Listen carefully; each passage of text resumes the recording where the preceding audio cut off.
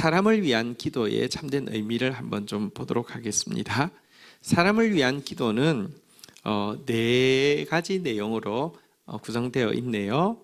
첫 번째가 오늘날 우리에게 일용할 양식을 주옵시고, 두 번째가 우리가 우리에게 죄 지은 자를 사하여 준 것 같이 우리 죄를 사하여 주옵시고, 세 번째가 우리를 시험에 들게 하지 마옵시며, 마지막 네 번째가 다만 악에서 구하옵소서입니다. 자, 이제 하나하나 내용을 자녀로서 감사와 헌신을 담아서 한번 참뜻을 알아보겠습니다. 첫 번째 간구, 오늘날 우리에게 일용할 양식을 주옵시고. 자, 일용할 양식이라는 단어가 나왔습니다. 일용할 양식이란 하루를 살아가는데 꼭 필요한 모든 것을 의미합니다. 여러분, 예를 들어 실제 내가 먹을 밥이 있다 할지라도 음식을 먹을 수 있는 건강이 없거나 상황이나 관계에 어려운 일들이 있다고 하면 음식을 먹을 마음이 없을 수 있잖아요. 그래서 일용할 양식을 구하는 것은 사실은 음식을 먹을 수 있는 건강과 또 내 마음의 음식을 또 기쁘게 받아들일 수 있는 상황과 마음들까지 주님께 부탁하는 것이라고 할 수 있습니다. 그러면 차라리 일용할 양식이라고 고백하지 말고 한 달, 너무 긴 거는 좀 미안하니까 한 달 하나님 월용할 양식을 주셔서 한 달 내내 건강하게 하시고 한 달 내내 마음에 평강이 있게 하십시오. 이렇게 기도하면 안 될까요? 사실 일용할 양식을 구하라는 것은 성경의 일관된 가르침이죠. 공중의 새와 들의 백합화를 입히시고 먹이시는 하나님을 신뢰함으로 말미암아 내일 일은 염려하지 말고 그날의 괴로움은 그날에 족하다라고 하시는 하나님 앞에서 하루하루 신뢰하면서 살라고 하셨는데요. 그래서 이 하루하루 신뢰하면서 사는, 그리고 하나님과 하루하루 관계를 맺으면서 사는, 이것이 일용할 양식이라는 단어에 들어있는 의미라고 할 수 있습니다. 또 자세히 보시면 오늘날 우리에게 일용할 양식을 주옵시고 하면서 우리라는 주어가 나왔음도 보게 됩니다. 하나님은 내가 일용할 양식이 있다고 만족하라고 하지 않습니다. 하나님은 우리 주위에 있는 사람들의 일용할 양식과 사실은 전 인류가 간절히 구하고 있는 일용할 양식에 대해서 관심을 가지기를 원하신다는 것을 이 우리라는 단어는 잘 보여주고 있습니다. 베세다 광야에서 굶주린 많은 백성들을 보시면서 제자들에게 무엇이라고 말씀하셨습니까? 제자들은 그냥 단지 이 상황에 관심이 있고 그래서 어떻게 해야 될까요? 라고 물었지 자기들이 무언가를 해야 된다고 생각하지는 않았습니다. 그러나 예수님은 너희가 먹을 것을 주어라 라고 말씀하시면서 너희가 헌신해야 된다고 말씀하셨습니다. 우리가 헌신하는 마음이 있으면 사실은 모든 것이 준비되어 있는데요, 헌신하는 마음 자체가 없는 경우가 너무 많죠. 왜냐하고 하면 이기적으로 자기 필요만을 생각하기 때문입니다. 자, 이런 일용할 양식이라는 단어와 우리라는 단어를 뜻을 생각하면서 우리 10페이지에 있는 감사와 헌신을 담은 참된 뜻을 오늘날 우리에게 일용할 양식을 주옵시고에 대해서 한번 넣어보도록 하겠습니다. 오늘도 하루를 살아가는 데 필요한 모든 것을 풍성하게 허락하신 좋으신 아버지께 감사드립니다. 저도 아버지를 떠나 영육간에 줄여 죽게 된 많은 사람들에게 일용할 양식을 나누는 일에 저 자신을 헌신하기를 다짐합니다. 이런 내용이 지금 이 기도문을 가르쳐 주신 예수님께서 우리에게 사람을 위해서 기도하라고 하는 참된 뜻일 것입니다. 두 번째 간구를 한번 보겠습니다. 우리가 우리에게 죄 지은 자를 사하여 준 것 같이 우리 죄를 사하여 주옵시고. 자, 이 기도문을 읽을 때 우리가 유념해야 되는 것이 있습니다. 우리가 우리 우리에게 죄 지은 자를 사하여 준 것 같이 우리 죄를 사하여 주옵시고, 언뜻 보기에는 굉장히 조건부적인 것으로 되어 있습니다. 우리가 남을 용서하지 않으면 하나님도 우리를 용서하지 않을 것처럼 되어 있습니다. 그러나 하나님의 용서는 조건부의 용서가 아닙니다. 우리가 아직 죄인일 때, 심지어 우리가 우리 죄를 사해달라고 구하지도 않았을 때 하나님은 우리를 완전히 용서해 주신 분이십니다. 그런데도 우리가 기도할 때 먼저 내가 다른 사람을 용서했는지 점검하게 하는 이유는 무엇이냐고 하면, 내가 용서하지 않았다고 해서 하나님이 조건부를 가지고 이것 봐라, 저게 용서를 안 해, 그럼 나도 용서를 안 해, 이런 뜻이 아닙니다. 하나님의 무조건적인 용서의 법적인 효력은 그대로인데요, 이 용서에 따르는 실질적인 효력, 용서에 따르는 기쁨, 용서에 따르는 능력, 용서에 따르는 자유는 내가 다른 사람을 용서하지 않으면 결코 누릴 수 없기 때문에 이런 것입니다. 다시 이야기합니다. 효력에는 법적인 효력이 있고 실질적인 효력이 있습니다. 서로 다릅니다. 생각해 보겠습니다. 예를 들어 어떤 실용불량자가 있습니다. 그래서 취업을 할 수도 없고 대출을 할 수도 없었습니다. 그래서 취업도 안 되고 돈도 없기 때문에 그냥 은둔 생활을 하고 있었다고 치십시다. 그러던 그에게 사면이 내렸습니다. 법적으로 신용불량자를 이렇게 구제해 주는 그런 사면이 내렸습니다. 이제 그는 대출도 할 수 있고 취업도 할 수 있게 되었습니다.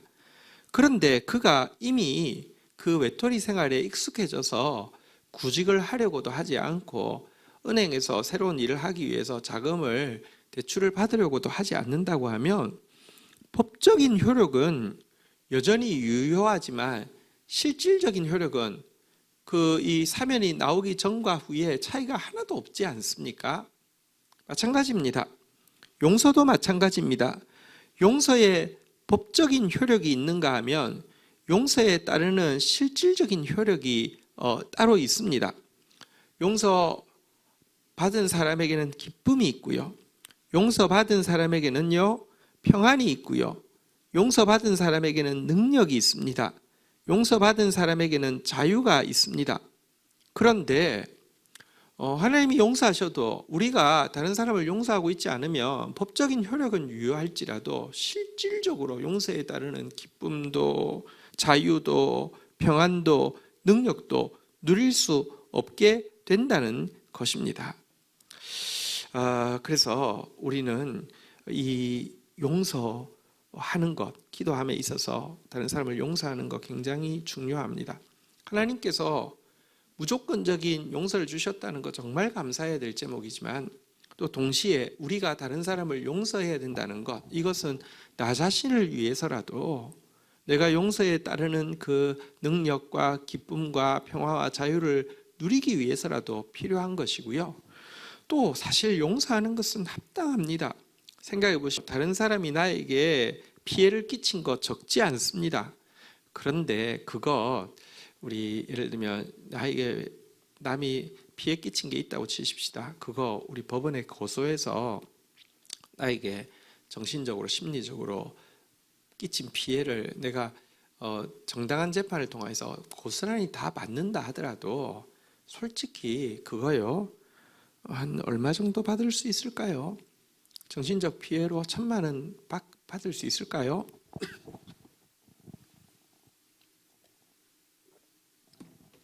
성경에 보면 어떤 다른 사람에게 100데나리온 빚을 이렇게 받을 것이 있는 사람이 있다고 나오는 비유가 있죠. 100데나리온은 한 데나리온이 하루 품삯입니다. 그래서 하루 품삯을 10만 원이라고 치게 되면 100데나리온은 1,000만 원입니다. 어떤 의미에서 우리는 다른 사람들에게 정신적인 피해를 1,000만 원어치 받아 쓸 수 있습니다. 누구나 생각해 보면 1,000만 원어치 받아 쓸 수 있습니다. 세상 법정에 가서 그래도 정신적인 피해 1,000만 원 보상받기가 쉽지 않습니다. 그러나 1,000만 원 받을 거 있다고 치십시다. 그럼 나는 정말로 그 사람한테 그만큼은 진짜 정확하게 내가 갚아줘야 될 것이 있는 사람이 맞습니다. 그러면 내가 용서 안 해도 됩니까? 아니요. 그 비유를 보시면 이 사람이 다른 사람에게는 100데나리온 받을 게 있지만 자기는 왕에게 얼마를 빚지고 있냐고 하면요, 이 1만 달란트를 빚지고 있다라고 이야기하고 있습니다. 1만 달란트와 100데나리온의 차이가 얼마인 줄 아십니까? 우리가 하나님께 빚진 것은 1만 달란트이고요. 우리가 다른 사람에게 사실은 진짜 내가 피해를 본 것은 100데나리온입니다. 100데나리온 아까도 이야기했지만 100일치 임금이고요. 1만 달란트라 했는데 1달란트가 어느 정도 액수냐고 하면 한 20년 연봉이 됩니다. 1달란트가 20년 연봉입니다. 그러면 1만 달란트면 20년 연봉, 200년 연봉, 2000년 연봉, 2만 년 연봉, 20만 년 연봉이 됩니다. 1만 달란트, 20만 년 연봉. 20만 년 연봉과 여러분 이 100데나리오 100일치 품삯을 대충 계산하면요 70만 배 차이입니다. 예, 나는 남에게 뭔가 갚음 받아야 될 거가 1이 있다고 하면 내가 하나님께 갚아야 될 것은 70만 개라는 것입니다. 근데 그 70만 개의 죄를, 이 빚을 무조건적으로 용서하셨는데 내가 70만 개 용서받은 사람이 1을 용서하지 못한다. 이것은 정말 합당하지 않은 것입니다. 우리는 당연히 용서해야 하고요. 자신이 용서에 따르는 기쁨과 능력을 누리기 위해서라도 용서해야 합니다. 자, 이 같은 내용을 담아서 우리 한번 기도문을 11페이지에 나오는 기도문을 한번 완성해 볼까요? 우리에게 무조건적이고 완전한 용서를 주신 좋으신 아버지께 감사드립니다. 제가 어리석게 이웃을 용서하지 못함으로 하늘 문을 닫아 아버지께서 이미 주신 용서의 기쁨과 능력을 누리지 못하는 일이 없도록 저 자신을 지키는 일에 헌신하겠습니다. 이 정도가 이 기도에 대한 참된 뜻이라고 할 수 있겠습니다. 자, 이제 세 번째 강구를 보도록 하겠습니다. 우리를 시험에 들게 하지 마옵시며. 자, 시험에 들게 하지 말게 해달라고 기도하는 내용인데요. 문자적으로 보면 하나님이 시험에 들게 할 것처럼 보이죠. 그래서 생각해 보면 하나님이 나를 언제 시험에 들게 할지 모르기 때문에 무서워하고 두려워해야 될 것 같죠. 이것은 종으로서의 기도입니다. 사실 무슬림들은 하나님이 언제 자기를 시험할지 모른다고 생각합니다. 인샬라, 알라의 뜻이라는 말만 붙이면 아무리 이해하기 힘들고 아무리 비상식적이고 비윤리적인 일도 그냥 받아들여야 된다고 생각합니다. 언제 시험할지 모르기 때문입니다. 그런데 여러분, 여기 이 표현은 다시 이야기합니다. 종으로서 보면 영락없이 그렇게 보이는데 자녀로서 보면 전혀 다른 뜻입니다. 시험에 들게 한다고 그랬는데요, 하나님은 우리를 시험에 빠뜨리는 분이 아니라고 성경이 명확히 이야기하고 있습니다. 우리가 시험에 드는 이유는 스스로 욕심에 이끌려서 이렇게 시험에 든다라고 가르치고 있습니다. 사람이 시험을 받을 때 내가 하나님께 시험을 받는다 하지 말지니 하나님은 악에게 시험을 받지도 아니하시고 친히 아무도 시험하지 아니하시느니라. 오직 각 사람이 시험을 받는 것은 자기 욕심에 끌려 미혹됨이니. 야고보서 1장 13절 14절에 나오는 구절입니다. 그러니까 시험에 빠진다. 이것은 하나님이 우리를 시험에 빠뜨린다는 것이 아니라 우리가 스스로 시험에 빠진다는 것이죠. 이 사실을 알 때 우리는 무슬림들과 달리 하나님께 무한히 감사할 수 있습니다. 하나님 결코 우리를 시험하지 않습니다. 유혹에 빠뜨리지 않습니다. 그렇다고 하면 이 사실을 알면 하나님이 모든 선한 것을 주시는데 우리의 마음에 탐욕이 생긴다고 하면 하나님이 주신 선한 것을 얼마든지 악한 것으로 변질시킬 수 있기 때문에 욕심에 끌리지 않도록, 탐욕에 빠지지 않도록 우리를 지켜야 된다는 것입니다. 하나님이 인간에게 주신 것은 욕구, 영어로 하면 needs인데요. needs이지 탐욕, lust가 아닙니다. 욕구와 탐욕은 사실은 어떻게 보면 비슷해 보입니다. 욕구도 생리적인 욕구가 있고요, 관계적인 욕구가 있고요, 지위적인 욕구도 있습니다. 근데 탐욕도 보면요, 사실은 생리적인, 지위적인, 관계적인 이 탐욕입니다.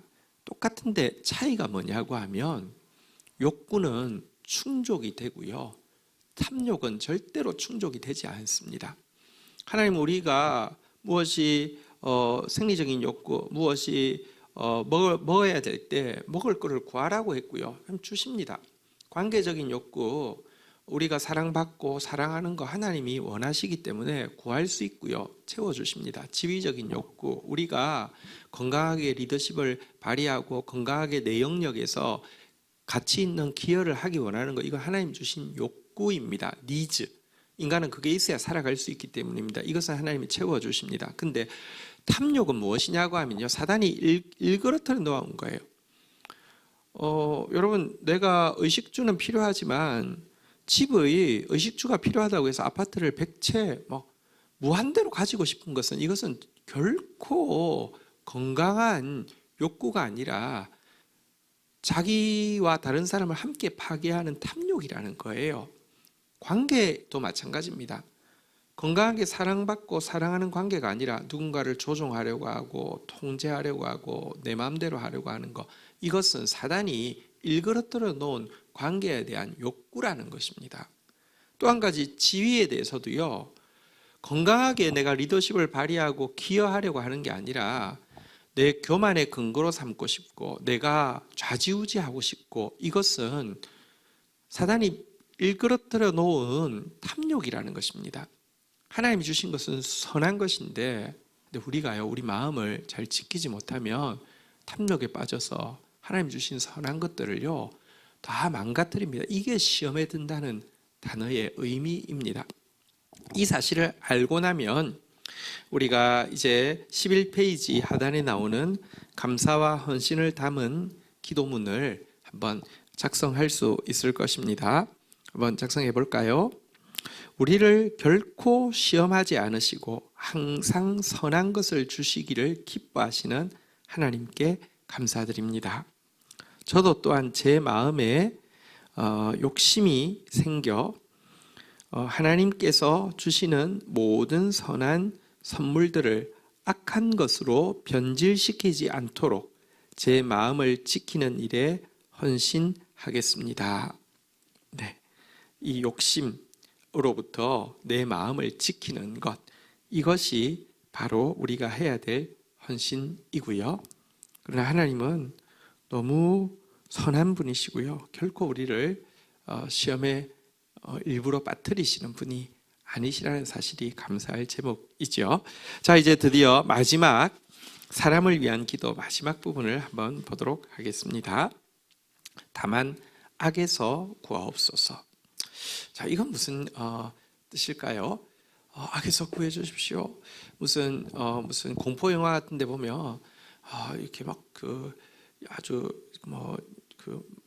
마귀가 막 다가오고 있고 책상 밑에 숨어서 주기도문을 외우면서 제발 악에서 구해 주십시오, 이런 느낌이 들죠. 다시 이야기합니다. 종으로서의 기도입니다. 그렇지 않습니다. 자녀로서의 기도는 전혀 다른 것입니다. 자, 조금 한번 악이라는 단어를 먼저 설명을 드리겠습니다. 악은 성경 여러 번역본에서는 악한 자, 곧 사탄이라고 설명하고 있습니다. 사탄은 지금도 성도들을 공격하고 있습니다. 그래서 우리는 깨어 근신해야 합니다. 그런데 여러분, 질까 봐서 무서워하는 것은 근신이 아닙니다. 이길 수 있는데 방심해서 이렇게 지게 될까 조심하는 것을 근신이라고 하죠. 우리는 승리하신 예수님께 속하였습니다. 그래서 사단 앞에서 두려워 떨 자가 아니라 사단을 이길 수밖에 없는 존재입니다. 이것이 우리가 이 악한 자를 생각할 때 하나님 앞에 먼저 드릴 수 있는, 아버지께 드릴 수 있는 감사고요. 우리를 이길 수 있는 자로 세워주셨다는 사실. 그런데 또 나뿐 아니라 수많은 사람들이 지금도 악한 자에게서 종노릇하고 있습니다. 이들을 위해서 누군가는 싸워주어야 하고 누군가는 이들을 건져내는 일을 해야 합니다. 그 일을 위해서 헌신할 자를 찾고 있습니다. 이 일을 위한 헌신이 우리가 이 다만 악에서 구하옵소서라는 기도를 드릴 때에 들어가 있어야 한다는 것입니다. 성경은 우리에게 명확히 이야기합니다. 자녀들아, 너희는 하나님께 속하였고 또 그들을 이겼나니 이는 너희 안에 계신 이가 세상에 있는 자보다 크심이라. 우리는 악한 자에게 이길 수밖에 없습니다. 그러나 동시에 흑암에서 종노릇하고 있는 수많은 사람들에게 관심을 기울이고 그들을 건져내는 일을 위해서 헌신할 사람을 찾고 있는 것도 맞습니다. 자, 감사와 헌신을 담은 기도문을 한번 완성해 보실까요? 12페이지에 있습니다. 예수님의 승리를 통해 사탄의 머리를 깨트리신 아버지께 감사드립니다. 저도 예수님을 의지함으로 악한 자의 권세 아래 있는 자들을 건지는 일에 저 자신을 헌신하겠습니다. 이 정도가 이 다만 악에서 구하옵소서에 대한 참된 뜻, 자녀로서 드리는 기도의 참된 뜻이 될 것입니다.